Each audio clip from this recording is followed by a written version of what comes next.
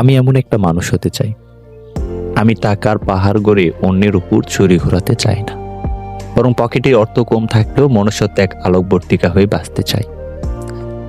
আমি সাফল্যের চূড়ায় উঠে অহংকারের সাগরে ডুবতে চাই না, বরং জীবনের প্রতিটা বাঁকে সততার স্বচ্ছতার চাদর জড়িয়ে শান্তিতে ঘুমাতে চাই।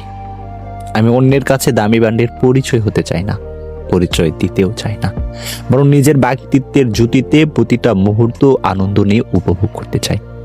হয়তো লোকে বলবে বোকা, হয়তো সমাজ বলবে পিছিয়ে পড়া সেকেলে কোনো মানুষ, কিন্তু দিন শেষে আয়নার সামনে দাঁড়িয়ে বুক ফুলিয়ে বলতে পারি যেন আমি বিক্রি হইনি কখনো, আমি কোনো মুখোশ পরিনি, আমি সেফ একজন মানুষ হতে চেয়েছি।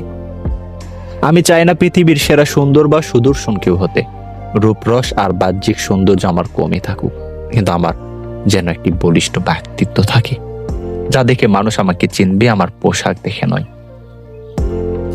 আমার চেহারায় মায়া থাকুক আর না থাকুক, আমার ব্যবহারের যেন রাশি রাশি বিনয় থাকে।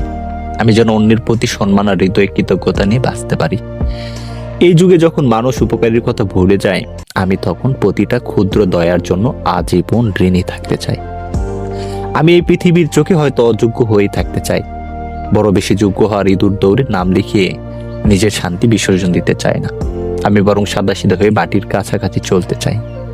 পৃথিবীর কোনো অসৎ মোহ, কোনো লোভের হাতছানি যেন আমায় স্পর্শ না করতে পারে। হাজার হাজার কোটি কোটি টাকার পাহাড়ের চেয়ে এক টুকরো সততা আর মনের স্বচ্ছতা আমার কাছে অনেক অনেক বেশি দামি। মানুষজন আমার বাড়ি গাড়ি দেখে আমার পরিচয় না খোঁজে, বরং আমার দিকে তাকিয়ে যেন বলতে পারে, হ্যাঁ, এই মানুষটার ভিতরে একটা মানুষ আছে। দিন শেষে আয়নার সামনে দাঁড়িয়ে যেন বলতে পারি, আমি কারো মন ভাঙিনি, কারো সম্পদ লুণ্ঠন করিনি। আমি খুব সাধারণ থেকেও জীবনের প্রতিটা মুহূর্ত নিজের মতো করে আনন্দ নিয়ে উপভোগ করেছি।